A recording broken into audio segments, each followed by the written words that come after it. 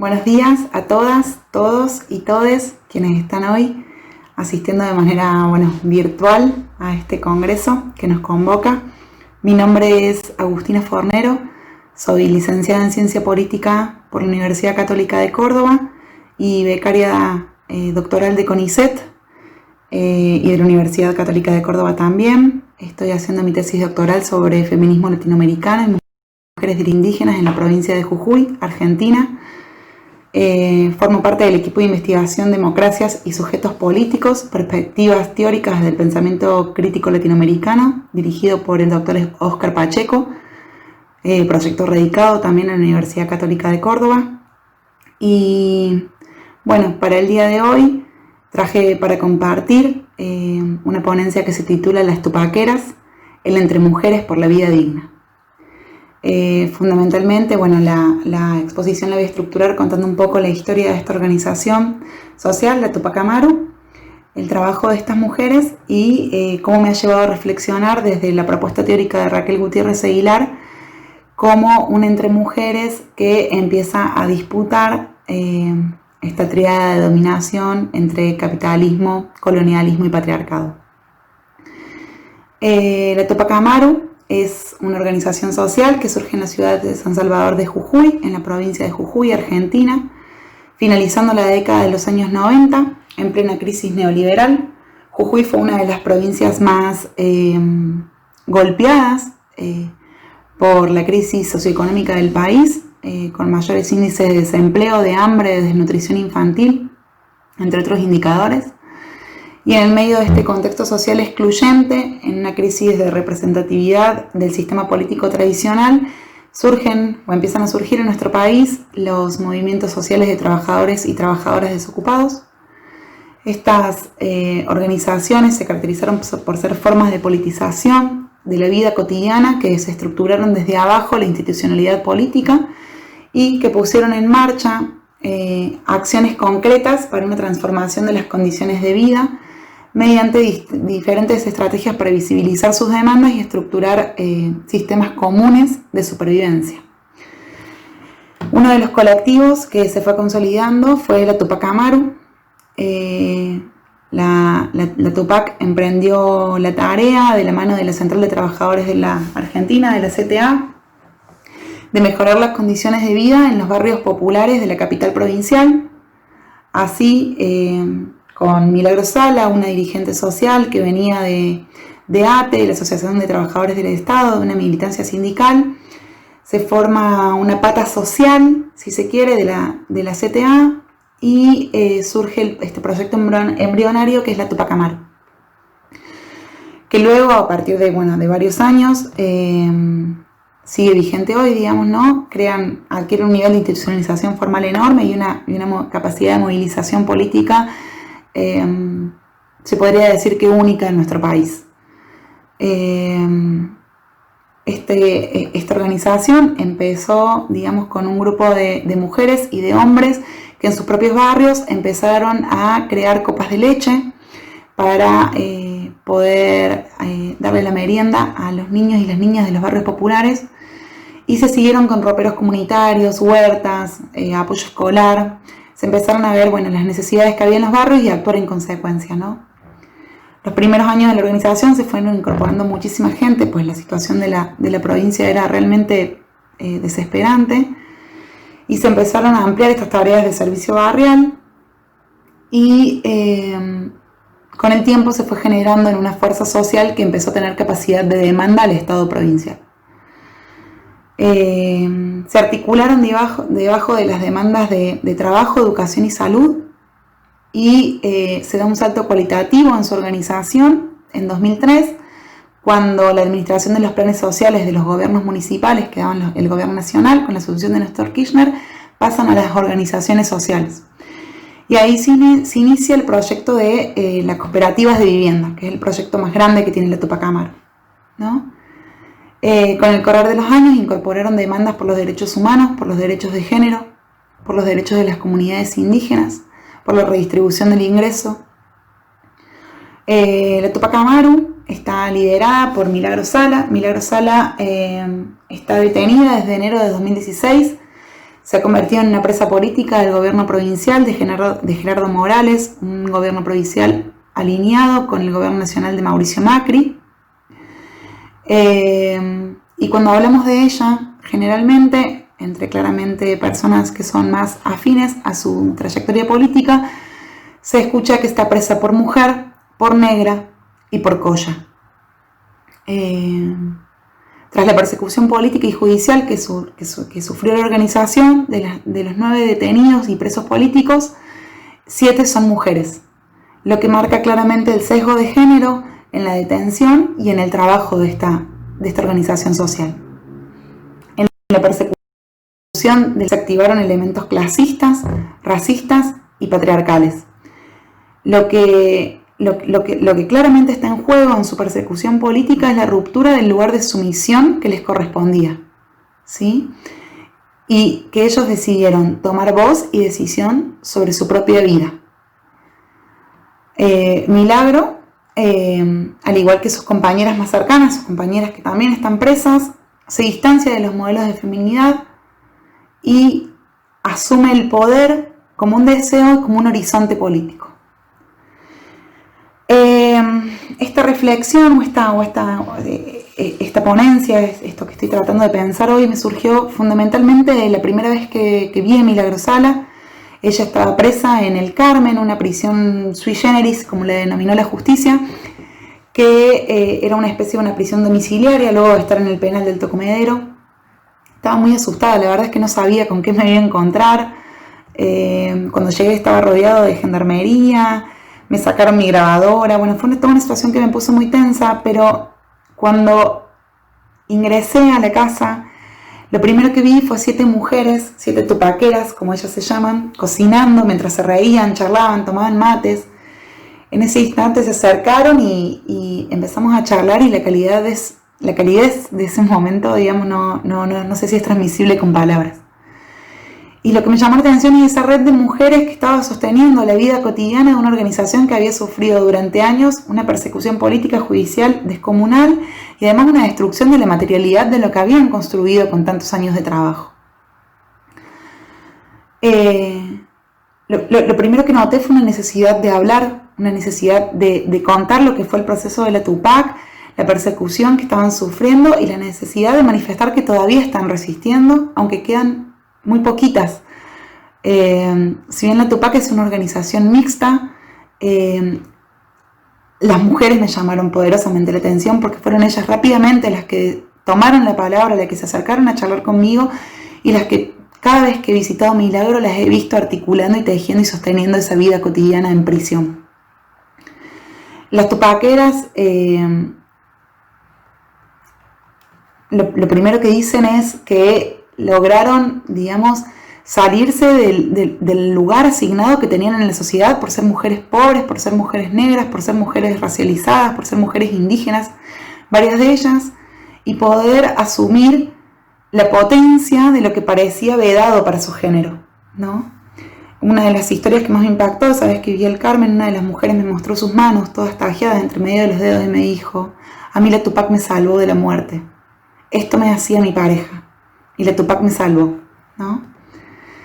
Todo el tiempo, bueno, aparecían entre ellas esta rememoración de que habían disputado los lugares tradicionales de la masculinidad, que ellas eran iguales a los varones y que trabajaban en la construcción, que la mayoría de las tupaqueras eran obreras y lograban tener cargos de dirección en su organización.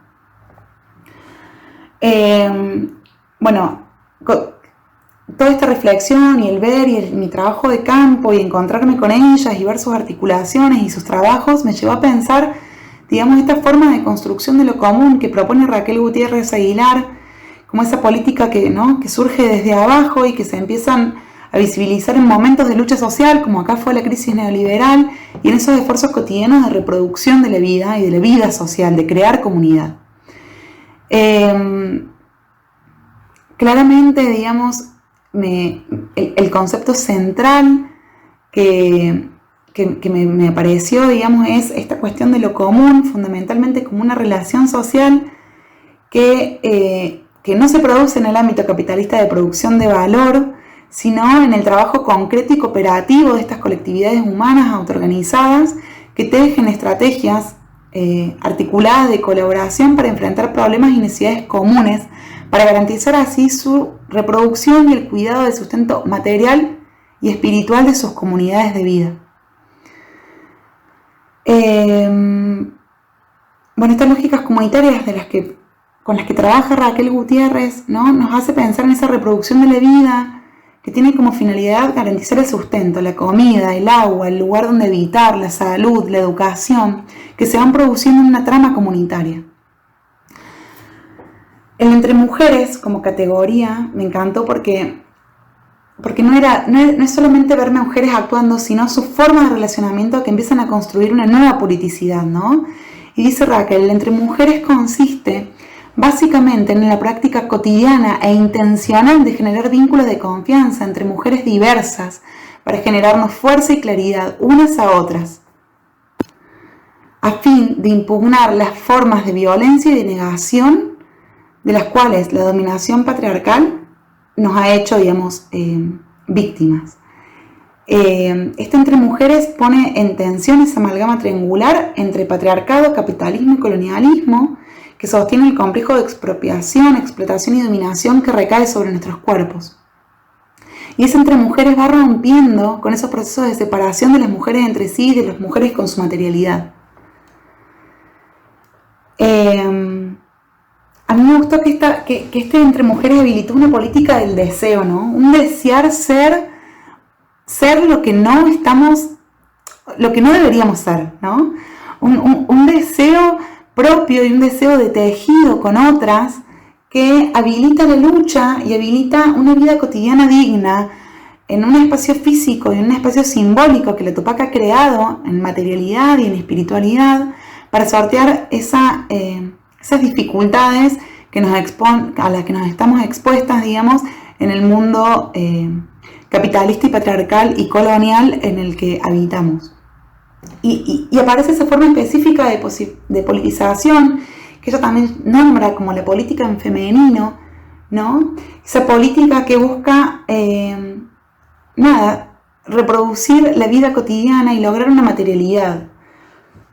El entre mujeres es un modo y es un camino para hacerse cargo de ese malestar que habitamos, ¿no? Y poder tejer o desarmar la red de sujeción para regenerar nuevas tramas de interdependencia más saludables, más amables y que propugnen fundamentalmente por la construcción de una vida digna para nosotras y una vida digna para nuestros hijos e hijas. Las tupaqueras,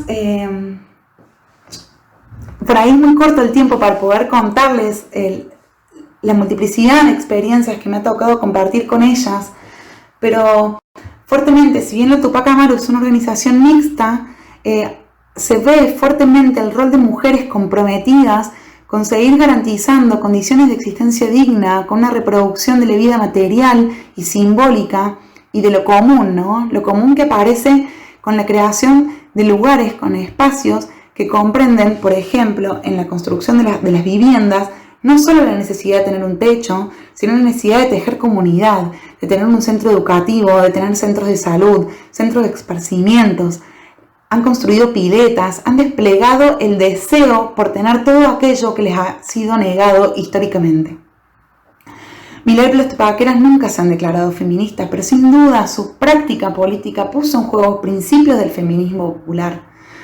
Se encumbraron a las mujeres a las jerarquías organizativas y productivas, produjeron instancias de autodefensa frente a la violencia de género, afirmaron una idea de diversidad sexual y de reconocimiento de la pluralidad de deseos inéditas para la sociedad jujeña, una sociedad sumamente conservadora, y sin dudas a estas mujeres no se las ha juzgado por ser mujeres, por ser pobres, por ser indias, sino por ser todo eso en un modelo rebelde y dislocado, en un modelo que ha roto con lo que debían ser porque han podido imaginar otras formas de ser mujer en América Latina. Ellas no están condenadas por su subalternidad, sino por su resistencia. El tiempo es muy poquito, pero espero que podamos seguir dialogando cuando nos encontremos. Muchísimas gracias, un saludo desde Argentina.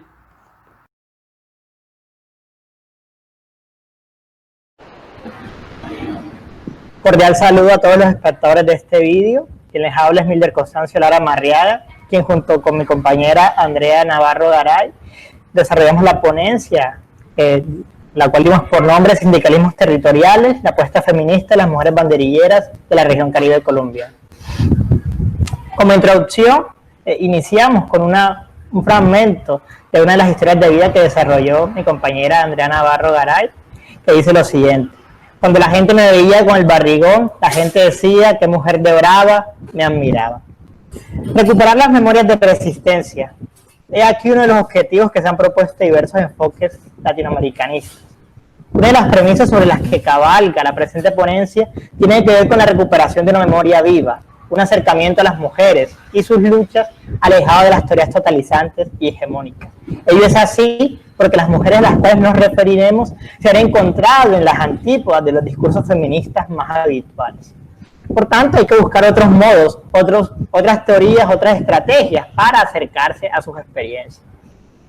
Viendo con ello, en esta ocasión, el mecanismo a través del cual, o el instrumento a través del cual nos acercamos a esas experiencias, fueron las historias de vida, a través del cual se reconstruyó ese hecho histórico que se desarrolla entre los años 1970 y 1990, donde un conjunto de, específicamente dos mujeres, que son las que, a partir de las cuales se construye este discurso, ingresaron a un espacio privilegiadamente masculino, como es el de la fiesta en Corralejo.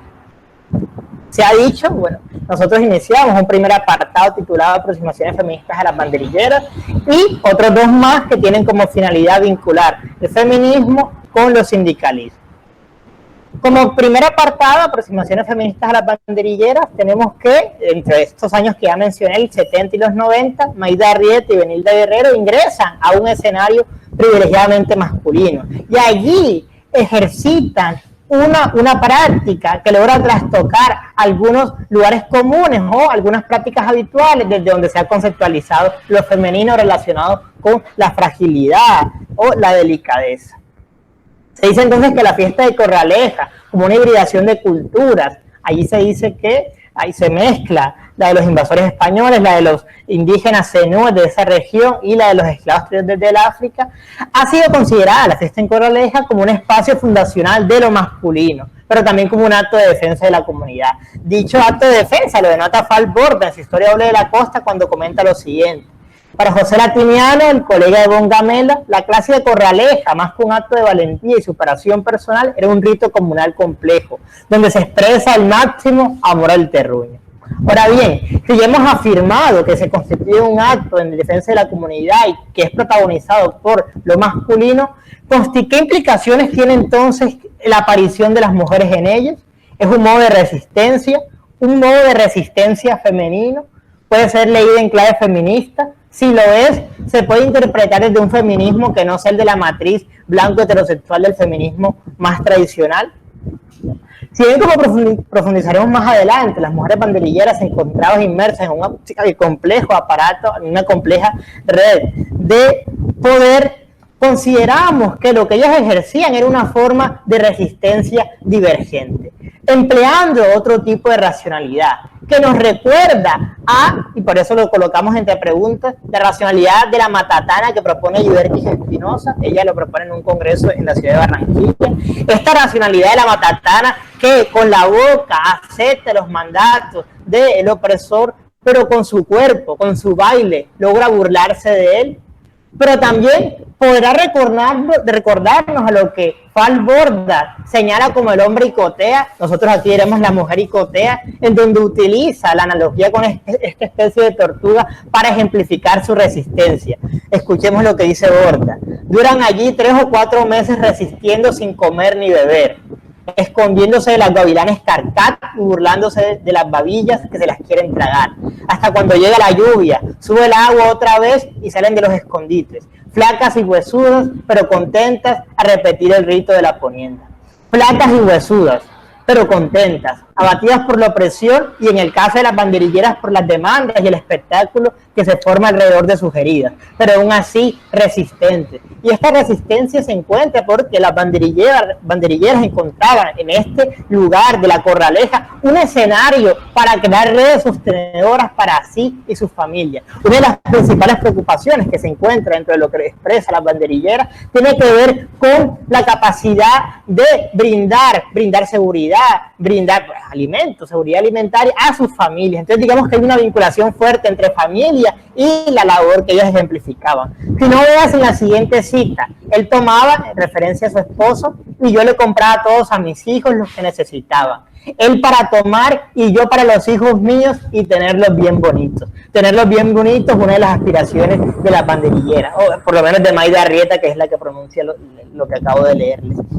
Aquí resulta algo importante y es cómo se genera una desconexión entre los movimientos feministas imperantes en esa época, los de la segunda ola en Colombia y en esa región que también abundaban, y la práctica de las banderilleras que no aparecían como un sujeto de enunciación de este feminismo. Y aquí nosotros observamos cómo se trunca un posible enlace, porque las banderilleras ejemplifican un tipo de feminidad que no se asocia a lo que una norma sexogenérica habitual atribuye a lo femenino, es decir, relacionado con la fragilidad. Justamente el movimiento de la segunda ola luchaba contra esa representación, pero es curioso que no se haya tomado la resistencia de la banderillera, que también lograba luchar dicho imaginario, y por tanto entonces es bastante frustrante tal situación.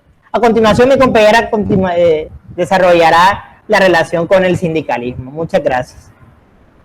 Muchas gracias, Milder. Bueno, para continuar con el trabajo, estos dos aparte van a estar basados bajo el aporte epistemológico de Celis Ospina. El primero de ellos tiene por título Nuevas dinámicas sindicalistas, una mirada de las mujeres banderilleras.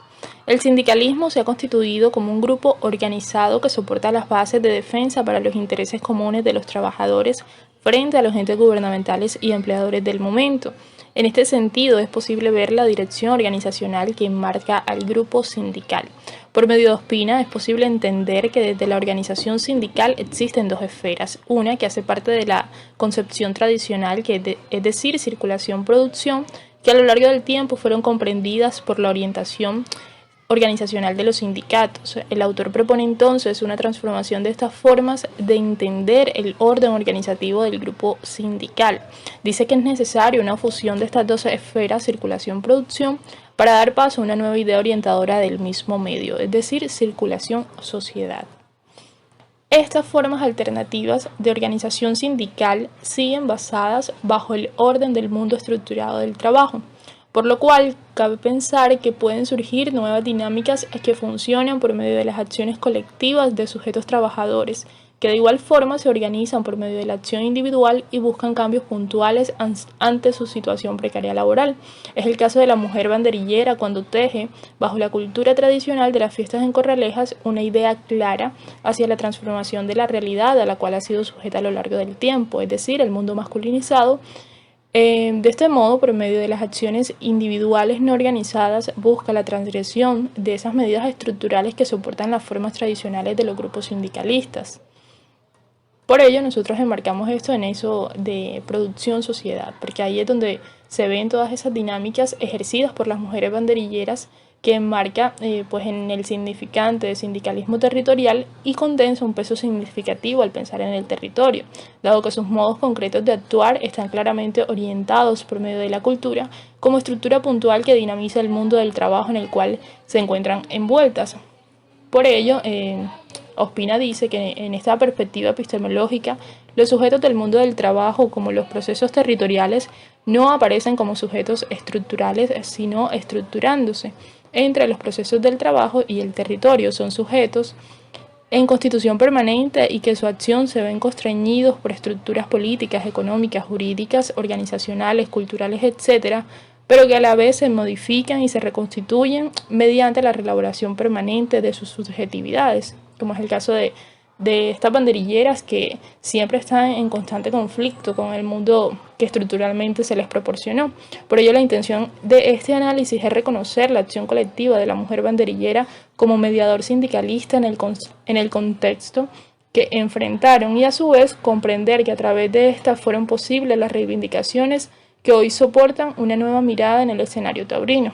tomamos nuevas lógicas de comprensión sindical y dejamos a un lado concepciones que desconocen la acción colectiva no organizada como grupo, pero sí en auge. Por lo cual es posible decir que la orientación sindicalista encaminada a los procesos tradicionales de organización colectiva ha sido permeada por la perspectiva feminista de la mujer banderillera para dar luces a una nueva concepción de sindicalismo. Estas nuevas dinámicas pretenden desterritorializar lo que la Constitución estructural ha establecido a lo largo del tiempo y por ello pues transgredir las formas naturalizadas que se perciben en estos escenarios e ir transformándola a medida que se reconocen los contextos lineales de la región caribe colombiana, específicamente del mundo de las corralejas. Como vemos, la mujer banderillera eclosionó en este mundo una nueva concepción de lo que es la fiesta en Corraleja y por ello pues se hace tan importante su presencia y su permanencia en estos contextos. Como segundo apartado, nosotros tenemos las nuevas formas de resistencia, rivalidades y alianzas a través de las jornadas de las mujeres banderilleras. Comenzamos con un fragmento de la historia de vida de Benilda Guerrero en Planeta Rica, Córdoba, donde ella dice que ha tenido muchas jornadas, que son 38, que ha perdido un dedo de la mano derecha, que ha perdido su ojo en el pueblo de Planeta Rica, Córdoba, y que todavía tiene ganas de seguir andando, de seguir luchando, porque la verdad es que ella ama ese arte y quisiera seguirlo, pero ya los años pues le pesan. Entonces nosotros decimos que los protagonistas de los diversos contextos no deben siempre aparecer como aliados en las coyunturas problemáticas, aunque su interés navegue en uno común, puesto que, aunque objetivados en las mismas cuestiones, nacen diferencias marcadas en cuanto a contenidos ideológicos, agendas políticas o alianzas estratégicas. Estas han sido las confrontaciones básicas de la mayoría de los movimientos sindicalistas que operan bajo la lógica de la empresa, pero que en el mundo de la mujer banderillera claramente no se da. Entonces nosotros miramos que la estructura que abarca las fiestas en Corralejas permiten comprender el contexto en el que la mujer banderillera está inmersa. Este se enmarca en la constitución política regional que soporta los focos de acción del escenario taurino, como lo son el hacendado, la iglesia, las instituciones, el pueblo y otras mujeres banderilleras. Estos complejizan los puntos de divergencias con los que debe lidiar la mujer banderillera, pero que a su vez se enmarca una rivalidad contundente entre dos aparatos importantes que son naturalmente comprendidos en la estructura social, es decir, obtención de poder y sociedad. Primeramente, las instituciones gubernamentales y la Iglesia, como parte del primer aparato mencionado con anterioridad, son fundamentales para entender la inserción política regional en las corralejas, puesto que traen consigo un engranaje sistemático que evalúa, juzga y aprueba las acciones en medio del escenario taurino y, como segundo aparato, pues se ve referenciado a la sociedad, donde se construye a través del pueblo y el toro una amplia noción sobre la complejidad que tienen las mujeres banderilleras, puesto que ambas partes comprenden una furia que dejan secuelas bastante diferentes. Finalmente, cabe mencionar la problematización de una mujer banderillera con otras mujeres banderilleras. Es fundamental hacer mención de las rivalidades que existen entre los mismos sujetos protagonistas que llevan a cabo este proceso de transfiguración de las formas naturalizadas que efectúan las fiestas taurinas.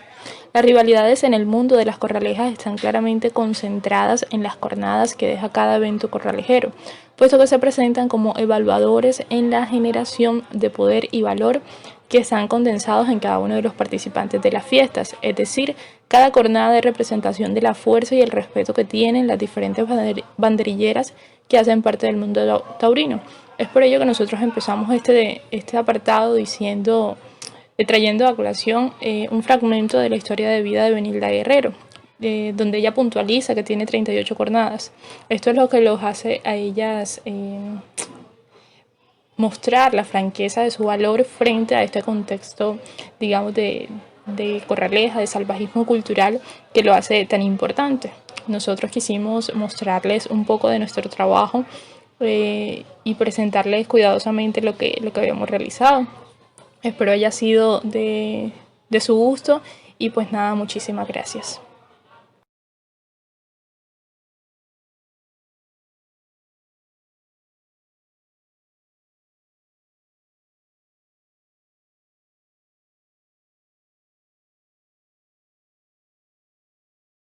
Para todas y todos. Mi nombre es Gilma Turizo Durán. Soy licenciada en Ciencias Sociales, magíster en Educación e integrante del Grupo de Investigación Mujer, Género y Cultura de la Universidad del Atlántico. Quiero agradecer al primer Congreso Virtual Internacional Espacio, Tiempo y Cuerpos, geopolítica propositiva para nuestra América, la oportunidad de compartir, de socializar con ustedes algunas de nuestras miradas, algunas de nuestras reflexiones sobre una de las apuestas de paz que se ha venido fortaleciendo, ha venido diseñándose al interior de las mujeres en proceso de reincorporación de la FARC-EP, antigua guerrilla insurgente en Colombia.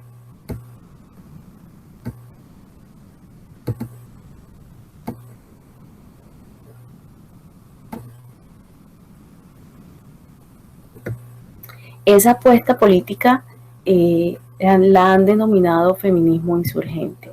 La construcción de paz desde el feminismo insurgente. Es importante tener en cuenta el contexto colombiano. El gobierno colombiano desde el 2019 firmó el primer acuerdo de paz histórico que generó un cese al fuego con el grupo insurgente de la FARC-EP, una de las guerrillas más antiguas del mundo, colocándole fin al conflicto de 52 años que venía de una u otra manera enfrentando el país. Pero este proceso de paz es un proceso particular, es un proceso que muchos han denominado de carácter histórico porque adoptó dentro de sus compromisos un enfoque de género. Y lo incluye por la importancia y por el movimiento que generaron muchas de las organizaciones de mujeres al interior del país, teniendo en cuenta unos elementos tan importantes como que el 52% de la población colombiana corresponde a las mujeres. Las mujeres han venido asumiendo diferentes roles al interior de este proceso de confrontación armada, víctimas, mujeres que han tenido que enfrentar el desplazamiento, pero también mujeres que hoy fueron actoras específicamente al interior del conflicto. Quiero manifestar eso porque ese es un gran logro que pudo y se surgió gracias al consenso, a la toma de conciencia de las necesidades y la vulnerabilidad que presentaban tanto las mujeres y las niñas a lo largo de todo este proceso. Las mujeres en proceso de reincorporación han venido construyendo desde sus propias dinámicas adquiridas en todo ese proceso de participación, como mencionaba anteriormente, específicamente la insurgencia colombiana. Tenemos unos datos muy interesantes, por ejemplo, que dentro de todo el proceso de integrantes de la guerrilla, las mujeres aproximadamente eran el 46% de los actores de la insurgencia, específicamente de la FARC.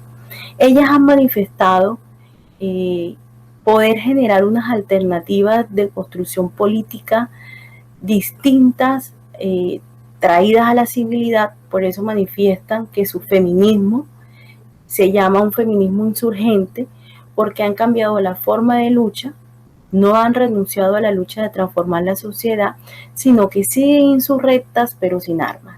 Esto lo expresó Olga Marín, que es la responsable de la Comisión Nacional de Mujer y Género del partido FARC, hoy Fuerza Alternativa Revolucionaria del Común. Y esta perspectiva feminista tiene hoy para ellas la gran tarea de desarrollar una política de formación de igualdad de género, no solamente al interior de hoy las mujeres reincorporadas a la vida civil, sino también a la población colombiana en su conjunto. Es su apuesta política que hoy las convierte y las vincula alrededor específicamente de una lucha feminista contra el patriarcado, las prácticas que discriminan a las mujeres y a las personas con distintas identidades. Además de eso, apuestan también a la posibilidad de ser hoy actoras que participen en los espacios de toma de decisiones. Por eso hoy tienen la posibilidad de pertenecer a las representaciones de la Cámara, a las representaciones del Senado del país. Este feminismo insurgente, como ellas lo han denominado, tiene algunos elementos importantes que hacen parte de la memoria histórica y colectiva de esta guerrilla que en su momento fue la guerrilla más antigua del mundo, donde estaba enmarcada también en una plataforma política ideológica del marxismo-leninismo, del materialismo histórico, y ellas plantean retornar a la civilidad, no a ocupar algunos escenarios, por ejemplo, privado, del hogar, sino a hacer presencia política y ser una opción dentro de las posibilidades de participación política. Este feminismo insurgente tiene un carácter importante y tiene que ver con la reincorporación colectiva. Esta reincorporación política es un proceso donde los excombatientes, los reincorporados, desarrollan capacidades para participar en el sistema político institucional. Significa que lo pueden hacer de manera individual o de manera colectiva, participando en las organizaciones políticas creadas ahora dentro del marco de este acuerdo de paz o las existentes. Por eso la apuesta, como lo manifesté al principio, es una apuesta política, es una apuesta de participación, de construcción de paz desde los territorios con las particularidades especiales que tiene nuestro país. Porque es importante contextualizarlo. Colombia es un país con diversidad física, geográfica, pero también cultural. Por eso, de una u otra manera, se han venido alimentando ciertos tipos de conflictos en todo el territorio colombiano. Este feminismo insurgente mantiene vivo el ideario colectivo creado al interior de las filas guerrilleras entre hombres y mujeres, y es una herramienta de sostenimiento de la colectividad en el posacuerdo. Nosotros en las visitas previas que hicimos a los ETCR, que eran los espacios transitorios de reincorporación, pudimos verificar, pudimos palpar esas particularidades, esos comportamientos, esas iniciativas entre hombres y mujeres que han venido transitando desde la insurgencia a la civilidad, y ellos lo han venido adaptando ahora en esos espacios donde hoy se mantiene específicamente en comunidad. Por ejemplo, en la región Caribe se mantienen dos escenarios, que es el ETCR de Pondores en Fonseca, La Guajira, y el ETCR de Tierra Grata en Manaure, Cesar. Se mantienen aproximadamente 200 y 300 personas que viven en colectivo, mantienen sus actividades partidarias, por eso se manifiesta dentro de las dinámicas también propias de ese feminismo insurgente, que es una herramienta de mantenerse juntos, compactados como colectividad. El mantenimiento de esa colectividad es fundamental, ratificamos, porque queda plasmado dentro del acuerdo de paz, que va a ser una reincorporación colectiva y es un tránsito a la vida civil. Es por eso que la FARC hoy o las mujeres específicamente de la FARC, han hecho mucho hincapié que este feminismo es un feminismo colectivo, que les va a poder contribuir a sobrevivir. Y este feminismo insurgente no solamente ha abarcado el tema hoy particular de las luchas de las mujeres, sino que se habla de un feminismo insurgente de género, donde puedan incluir tanto afarianos como afarianas, con una mirada desde nuevas masculinidades. Se han formado, han hecho diplomados, han generado proyectos importantísimos, por ejemplo, como mesas de género, de prevención de violencias, que son hoy unas apuestas específicamente en el marco de la región Caribe.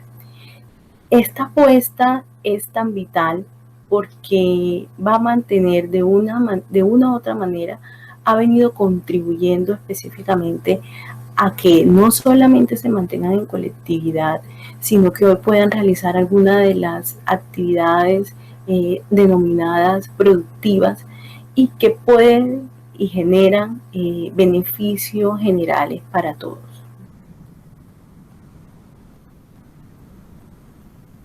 Las apuestas específicamente son unas muestras también de convivencia, ¿no?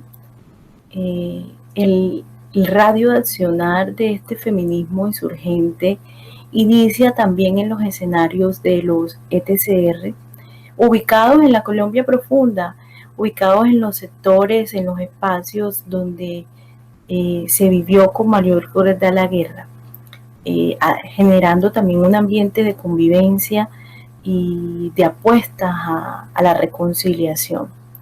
Por eso para nosotros este feminismo insurgente es una apuesta interesante, es una apuesta que ratifica el compromiso de construcción de paz desde el enfoque territorial, desde las particularidades de las regiones, contribuye de una u otra manera a la cualificación, a la participación activa política de las mujeres en escenarios de toma de decisiones, pero también de defensa y de reivindicación de los derechos que tanto de una u otra manera se requiere con necesidad en el país.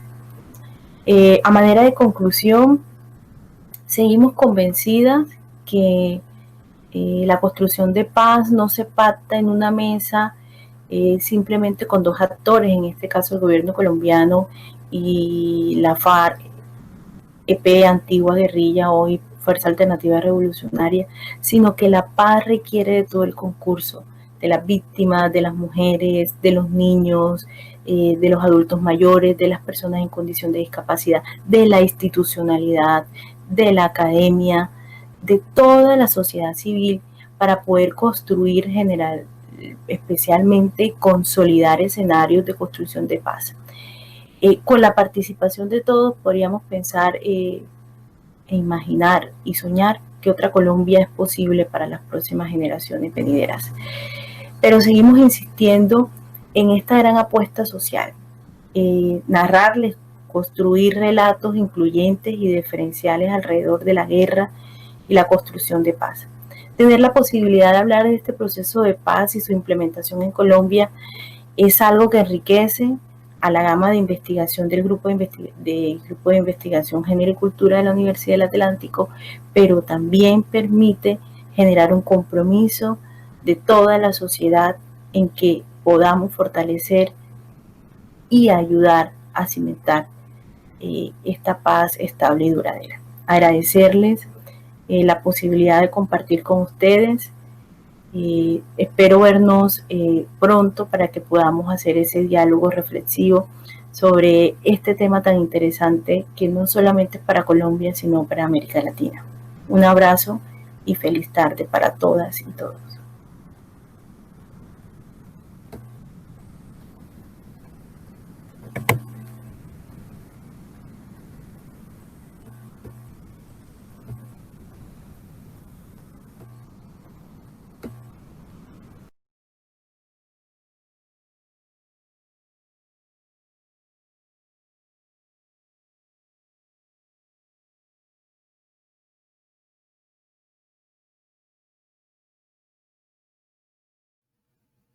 Saludos, soy Suan Suárez y esta investigación sobre Doris Torresola y la violación de derechos humanos en la década de 1950 pretende ser una aportación a los estudios de género dentro del contexto histórico de la Guerra Fría. Según el historiador Bani Petina, el tema de género y la Guerra Fría en América Latina no se ha estudiado a fondo. Por tanto, este estudio sobre la figura de Doris Torresola como parte del movimiento nacionalista en Puerto Rico y su encarcelamiento durante la década de 1950, intenta hacer un acercamiento a la historia de la mujer en el contexto de la Guerra Fría. Esta investigación la realicé utilizando las teorías materialistas y feministas, entre ellas las aportaciones de Antonio Gramsci y las relaciones de desigualdad en las naciones colonizadas y el concepto de fuerza político-militar. A su vez, utilicé las aportaciones de Louis Althusser y el concepto del subalterno, tomando como referencia el aparato ideológico del Estado que no permite que se lleve a cabo esa movilización del subalterno. En el caso de las teorías feministas, utilicé las aportaciones de Chandra Mohanty y las relaciones entre estructura y superestructura, tomando en consideración la autonomía de la mujer, la geografía, historia y cultura. De esta forma, con este feminismo del tercer mundo, Mohanty intenta romper con el feminismo hegemónico occidental para traer entonces en contexto las luchas y resistencia de las mujeres en países colonizados.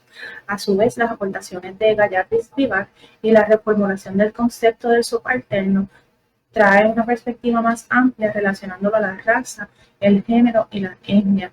Ella también aporta que el aparato ideológico represivo del Estado no solamente se ve a través de la desigualdad de clases, sino también en países colonizados habitados por mujeres. Esta investigación también utilizó las expresiones de Pedro Albizu Campos sobre la mujer en varios de sus discursos. Entre esas expresiones sobre la mujer, él hablaba sobre la mujer como la matriz creadora, ya que daba hijos para la patria, transmitía valores, era la madre auténtica de la nacionalidad, así que la catalogó como que la mujer estaba a cargo de la unidad nacional y a su vez la responsabilizó de rebelarse contra el colonialismo. Esa responsabilidad pública, cívica y ciudadana de la mujer nacionalista puertorriqueña por la independencia de Puerto Rico. El contexto histórico de esta investigación es a partir de 1947 a 1961. Dentro de este periodo a nivel mundial había un conflicto ideológico entre el bloque capitalista democrático y el bloque comunista socialista conocido como la Guerra Fría. Estados Unidos estableció medidas locales e internacionales para detener el comunismo. Entre las medidas locales que estableció, entre ellas se encontraba la ley Smith, que fue una ley que permitió la persecución de los comunistas y socialistas en Estados Unidos. Puerto Rico, al ser territorio de Estados Unidos y estar en el Caribe, abrió una ventana para entonces transmitir el discurso de democracia y paz. Para poder transmitir ese discurso de democracia y paz en Puerto Rico, no debía de haber nadie en contra del gobierno. Por tal razón, la ley 53, conocida como la ley de la mordaza, fue una versión criolla de la ley Smith. A partir de ese momento, el gobierno local se valió de la ley de la mordaza para perseguir y castigar a todos los nacionalistas, comunistas y socialistas en Puerto Rico. Doris Torresola pasa a formar parte del Partido Nacionalista a partir del 1947, cuando ella juramentó en la Junta de Jayuya. Luego ella se trasladó a la sede del partido en el 1950 en San Juan y comenzó a trabajar directamente con el líder Pedro Albizu Campos. Entre las funciones que ella realizó se encontró la organización de reuniones, la recolecta de fondos para el partido, estaba a cargo de los cuidados médicos de Pedro Albizu Campos, redactaba cartas, transmitía información confidencial, era la que estaba a cargo de autorizar las reuniones de Pedro Albizu Campos, y en las carpetas del negociado del FBI encontré que se catalogó, según los informes, como ama de llave, secretaria, acompañante de Pedro Albizu Campos en los asuntos públicos.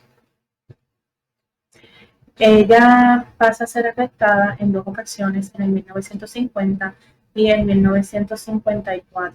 En el 1950, el 30 de octubre, se llevó a cabo una serie de levantamientos en varios pueblos de la isla. Entre esos, a raíz de esos levantamientos, se llevaron a cabo una serie de arrestos, entre ellas a la líder del partido que se encontraba en la sede en San Juan, donde mismo estaba Doris Torresola. En esa orden de arresto se formó una balacera en donde Doris Torresola resultó herida. Ella fue trasladada al hospital y en el hospital ella fue interrogada. 12 días después es que se traslada a la cárcel de la Princesa. En el 1954, el 1 de marzo, se llevó a cabo el ataque al Congreso de los Estados Unidos por parte de los nacionalistas. A raíz de eso, el presidente Eisenhower ordenó estrictamente que el gobierno de Puerto Rico se hiciera cargo de los nacionalistas. Así que se emitieron una serie de órdenes de arresto en contra de los nacionalistas, y entre ellos estaba Doris Torresola. El 6 de marzo, cuando se fue a llevar a cabo el arresto, se originó una balacera en donde ella terminó inconsciente a raíz de los gases lacrimógenos. A partir de ahí, ella fue trasladada a la cárcel de Vega Alta. Entre el proceso judicial, tenemos que en el arresto de 1950, sus juicios se dividieron en dos. A ella, a un mes de ser arrestada, es que se notifica cuáles eran sus cargos, que eran 2 violaciones a la ley de explosivos, intento de asesinato y violación a la ley 53. Ella se le celebró primero el juicio por la violación a la ley de explosivos e intento de asesinato, de la cual ella salió absuelta por no haber pruebas circunstanciales que le incriminaran. Luego ella estuvo en reclusión preventiva hasta su segundo juicio por la violación a la ley 53, de la cual ella salió culpable y cumplió una condena de 3 años. Luego en el 1954, cuando es arrestada, ella pasa a reclusión preventiva en lo que se llevó a cabo su juicio. En el 1955, ella fue declarada culpable de los 3 delitos que se le acusó, que fue violación a la ley de armas, intento de asesinato y violación a la ley 53. Para entender cómo le violaron los derechos a Doris Torresola, hay que tener en contexto los derechos de los puertorriqueños según el colonialismo en Puerto Rico. Tenemos que tomar en consideración la cláusula territorial establecida en la Constitución de Estados Unidos en el artículo 4, sección 2, cláusula 3, en donde se establecen los poderes plenos del Congreso sobre los territorios de los cuales ellos tienen posesión. Y Puerto Rico es un territorio que ellos poseen. Esto quiere decir que ellos tienen la potestad de decidir qué sucede y qué no en Puerto Rico. La ley Jones fue la que le otorgó a los puertorriqueños la ciudadanía estadounidense y también estableció en la misma una carta de derechos. Estos derechos se asemejaban a los derechos que estaban establecidos en la Constitución de Estados Unidos, salvo que en esta carta de derechos se encontraba que los mismos estaban sujetos al inciso 1 de la sección 2 del artículo 4 de la Constitución de Estados Unidos, en donde hace referencia a que los derechos constitucionales se le garantizan a los ciudadanos de cada estado y Puerto Rico no es un estado, según la cláusula territorial. Luego, en el 1950, se aprobó la Ley 600 para la creación de una constitución que se estableció en el 1952, conocida como la Constitución del Estado Libre Asociado. En esta constitución también se encuentra en el artículo 2 una carta de derechos, los mismos derechos que se encontraban en la Ley Jones, salvo que en esta Carta de Derechos no se encuentra el inciso que dice que los derechos están sujetos al artículo 4 de la sección 2, inciso 1 de la Constitución de los Estados Unidos. Es decir, que se borró toda huella de que Estados Unidos es la última fuente de poder en Puerto Rico. No obstante, queda todavía bajo la ley de la cláusula territorial, en donde el Congreso tiene facultades plenas y decide si le extiende o no le extiende los derechos constitucionales a los puertorriqueños. Tomando eso en consideración, hablamos sobre los derechos que tienen los acusados que se encontraban en la Ley Jones y en la Constitución del Estado Libre Asociado. En la Carta de Derechos estaba reflejado que se le garantizaba un debido proceso de ley, un juicio rápido y justo, derecho a fianza, derecho a defensa. No obstante, si eran sentenciados, automáticamente pasaban a una muerte civil, es decir, que se le negaban todos los derechos civiles y constitucionales y estaban sujetos al Código Penal de Puerto Rico. Este Código Penal era una copia del Código de California y se estableció en el 1902 y no se enmendó hasta el 1974, entonces incluyeron unos derechos para los presos. Antes de eso, los presos en Puerto Rico no tenían ningún derecho.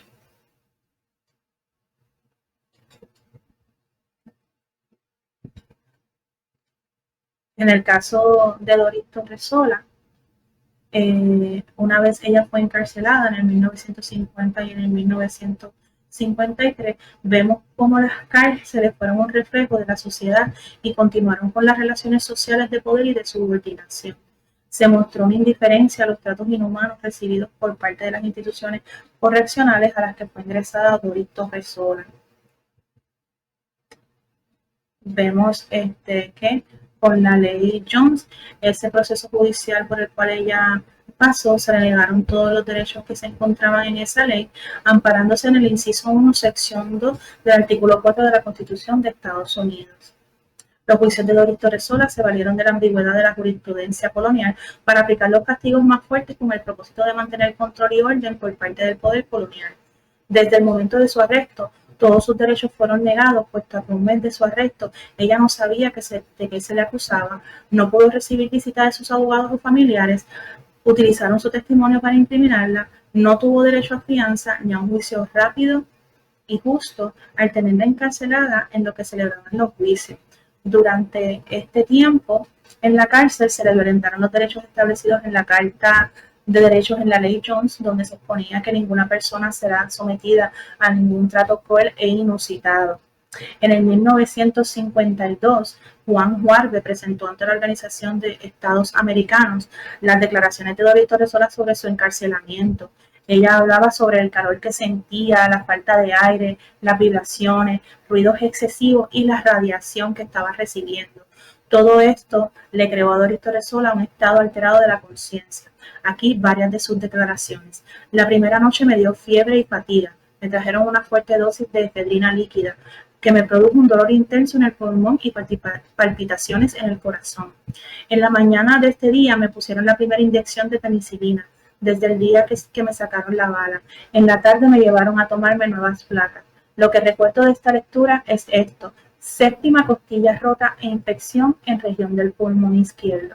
Al saber que yo había escuchado la lectura de las placas radiográficas, el yanqui se puso furioso.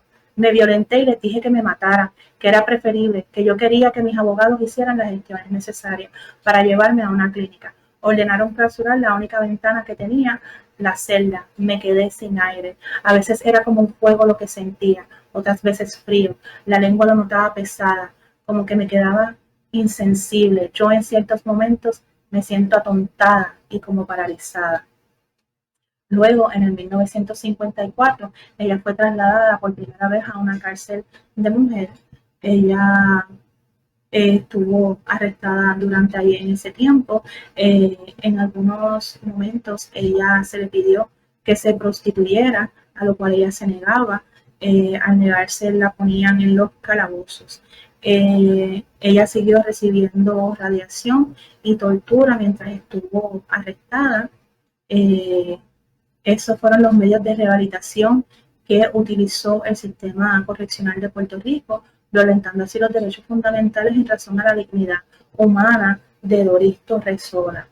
No fue entonces hasta que ella pidió expresamente al gobernador de Puerto Rico que la indultara porque estaba enferma, porque dentro de los medicamentos que le administraron, que fue el Toracin, le causaron psicosis a Doris Torresola y ella no se encontraba en un estado mental saludable. Así que vemos, ¿verdad?, cómo estas fuerzas represivas del Estado en Puerto Rico durante este periodo le violentaron los derechos a Doris Torresola al ser mujer, nacionalista y puertorriqueña.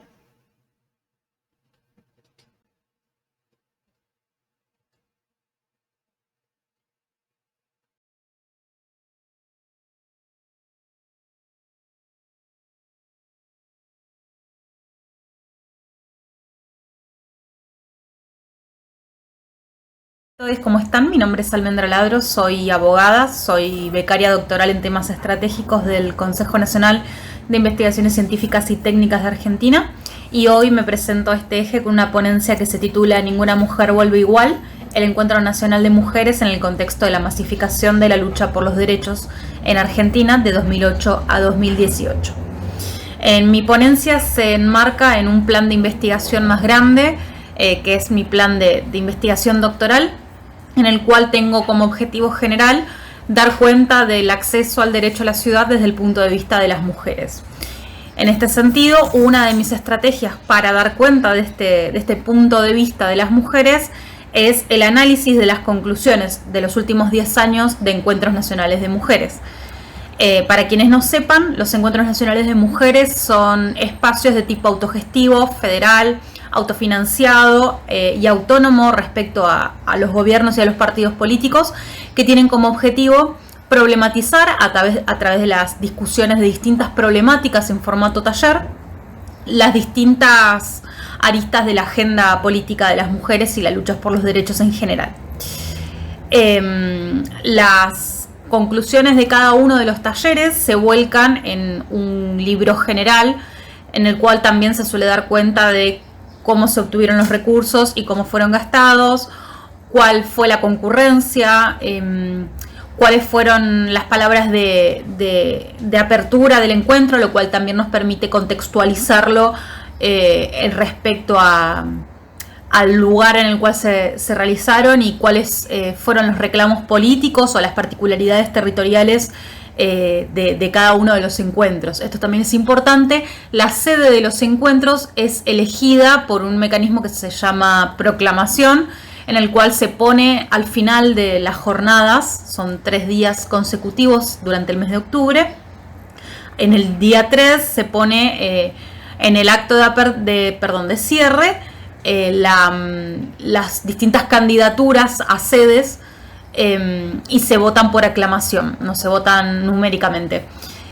Una vez que esa sede es elegida, se forma en ese lugar una comisión organizadora que durante el año que sigue a ese encuentro realizará las diferentes gestiones y organizará el encuentro.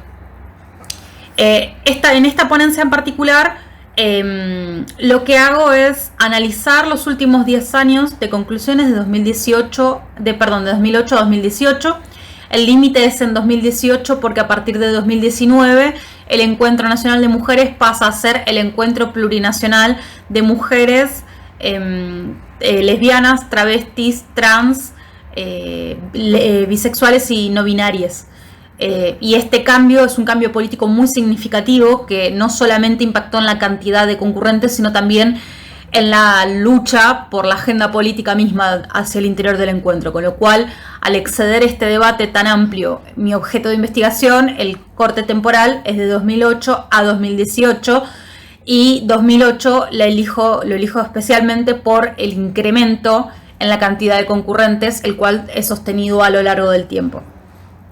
Entonces, en esta ponencia en particular, analizo cuál fue la distribución geográfica de las sedes que se eligieron para los encuentros, cómo evolucionó demográficamente el volumen de participantes, es decir, entrecruzando el lugar en el cual se realizaron y la cantidad numérica de participantes, cómo evolucionó el presupuesto logrado por cada comisión organizadora y la cantidad, el origen y las temáticas de estos talleres en los cuales las mujeres se reúnen a debatir las problemáticas puestas en agenda por la comisión y también, en algunos casos, llevadas a agenda por las mujeres mismas participantes a través de lo que se conocen como los talleres autoconvocados. Dentro de los resultados que pude obtener, puedo afirmar que existe una tendencia clara al aumento de la participación de los encuentros, que también está fuertemente condicionada por la distancia geográfica respecto de los grandes centros urbanos y de poder. Y respecto de la sede elegida, es decir, a medida que nos alejamos de la zona que sería Buenos Aires, Gran Rosario, Gran Córdoba, que es la zona más densamente poblada, y la sigue Gran Mendoza, a medida que nos vamos alejando de estos centros tan densamente poblados, la cantidad de concurrentes disminuye significativamente, aunque se muestra una tendencia de crecimiento a pesar de estas dificultades de traslado producto de las particularidades geográficas de Argentina. También, a pesar de la de la ausencia de algunos datos de tipo presupuestario, de algunas series de datos anuales, también se puede afirmar que existe un aumento en los recursos económicos autogestionados para la organización del evento a lo largo del tiempo. Y por último, con respecto a los talleres, que también reflejan las principales disputas políticas hacia el interior del movimiento de mujeres al momento de la selección de los tópicos oficiales, es decir, los no autoconvocados, su ubicación documental, es decir, de qué manera se ordenan estas temáticas políticas para el momento de su discusión y para el momento de dar cuenta de cómo se desarrollaron estas discusiones. y también su tratamiento con respecto a otras problemáticas globales es una característica. Es decir, que el lugar de las problemáticas, la forma en la cual se realiza el esquema de estos talleres y la forma en la cual se presentan las conclusiones también permiten dar cuenta de cuál es el estado de las distintas discusiones hacia adentro de los encuentros. Y por último, se observa un aumento muy considerable de la cantidad de talleres oficiales y también un incremento importante de los talleres autoconvocados, y esto tiene también una relación, puede establecerse esta relación en función del número de participantes. Paso entonces a hacer un breve comentario con respecto a las particularidades encontradas. Como les mencioné, respecto a los materiales y métodos, tomé los documentos que se titulan Conclusiones de los Encuentros Nacionales de Mujeres. Como también les comenté, realizo un corte temporal que no es caprichoso, porque lo que busco es dar cuenta del salto en la cantidad de participantes en los encuentros, y el límite es el último encuentro llamado Encuentro Nacional de Mujeres, porque la particularidad y la importancia del primer encuentro, lo que sería el primer encuentro plurinacional de mujeres lesbianas, trans, travestis, bisexuales y no binarias, es muy importante y excede también a mi investigación dar cuenta específicamente de este fenómeno político. Y la técnica elegida, si bien en general es el análisis documental, también eché mano del análisis presupuestario como un segundo nivel de estudio para poder dar cuenta de la evolución en materia de recursos para gestionar estas actividades. Bien, respecto a la distribución geográfica de los encuentros, les comenté que el método es la aclamación para elegir las sedes. En el acto de cierre se ponen en debate, o se ponen, mejor dicho, a votación cuáles van a ser cuáles son las candidatas a sedes, y finalmente por aclamación se selecciona la sede propuesta.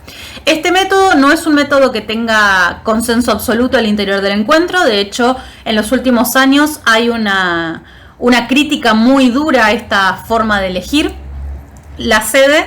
A lo largo del tiempo se ha profundizado esta crítica. El principal argumento en contra es que es un método que es fácilmente corruptible, porque no da cuenta ni de cuál es efectivamente la cantidad de apoyo que tiene cada sede, y tampoco es representativa respecto de la totalidad de las mujeres participantes, porque la mayoría de las mujeres en sus ómnibus para llegar al encuentro se retiran antes del acto de cierre por una cuestión, digamos, de logística del propio viaje. Al ser tan largas las distancias y al ser tan masiva la concurrencia, la mayoría elige retirarse en esos ómnibus antes del acto de cierre, con lo cual la presencia en el acto es muy dificultosa, y estos itinerarios suelen ser bastante tiranos, y la mayoría de las mujeres no están en ese acto de cierre, con lo cual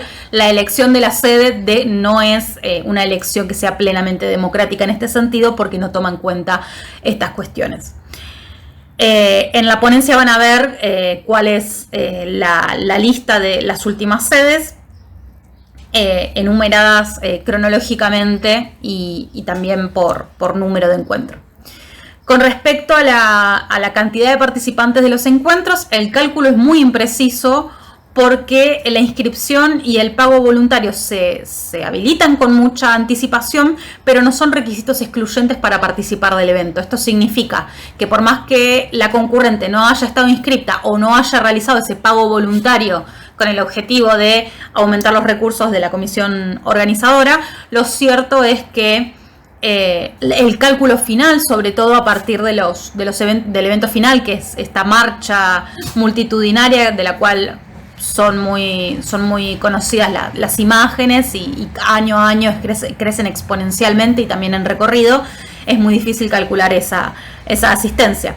Entonces, para recolectar estos datos, lo que hice fue recurrir a fuentes periodísticas y a los comunicados oficiales de las comisiones organizadoras, y también en la ponencia van a encontrar la descripción en cuanto a la cantidad.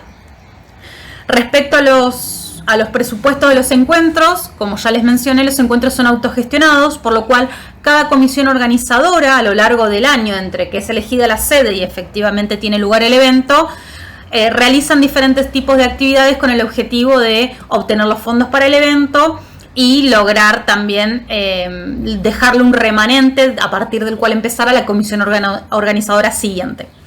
Los balances en general son incluidos en las conclusiones. En la ponencia ustedes van a ver que para poder realizar un análisis que no sea meramente nominal, lo que hice fue actualizar las cifras conforme el índice de precios al consumidor de la Ciudad Autónoma de Buenos Aires. Entonces ustedes se van a encontrar en la ponencia con el número nominal de ese presupuesto y el número que sería actualizado a ese índice inflacionario para poder dar cuenta más acabadamente de la evolución real de ese presupuesto. Y también van a ver que hay 3 series de datos que están ausentes, que son la serie de datos del encuentro 29 de 2014, el encuentro 32 de 2017 y el encuentro 33 de 2018. Con respecto a los talleres, les comenté, son espacios de discusión que son propuestos por la comisión organizadora. Tienen también un breve temario, cada uno de ellos, para poder ordenar la participación. Cada taller tiene una coordinadora o varias y una o más secretarias, que son quienes al momento de redactar las conclusiones van a dejar sentadas la posición de las mujeres que participaron plenamente de los debates para poder dar una síntesis consensuada y que refleje el trabajo y las discusiones en su totalidad. Las temáticas no son taxativas porque también a lo largo del tiempo han proliferado lo que se conocen como los talleres autoconvocados.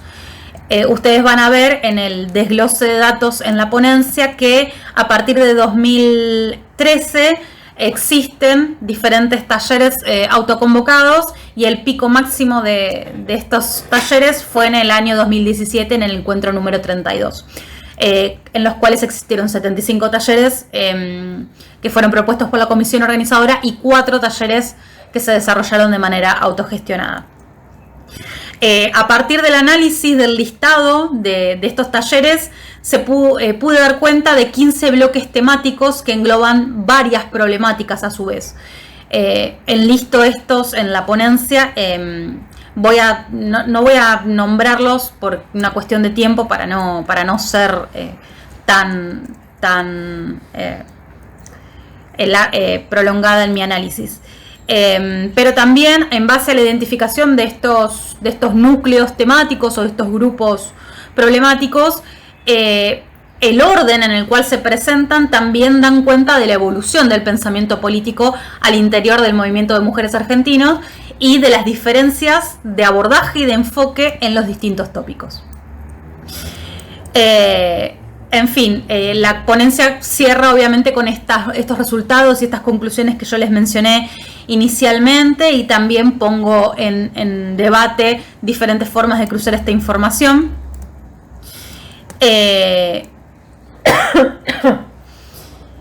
Y bien, por ahora no tengo nada más. Voy a reservar el resto de mi exposición para cuando nos encontremos en vivo y ustedes puedan realizarme las preguntas que hayan surgido en base a mi ponencia. Les agradezco mucho por escuchar y espero verlas pronto.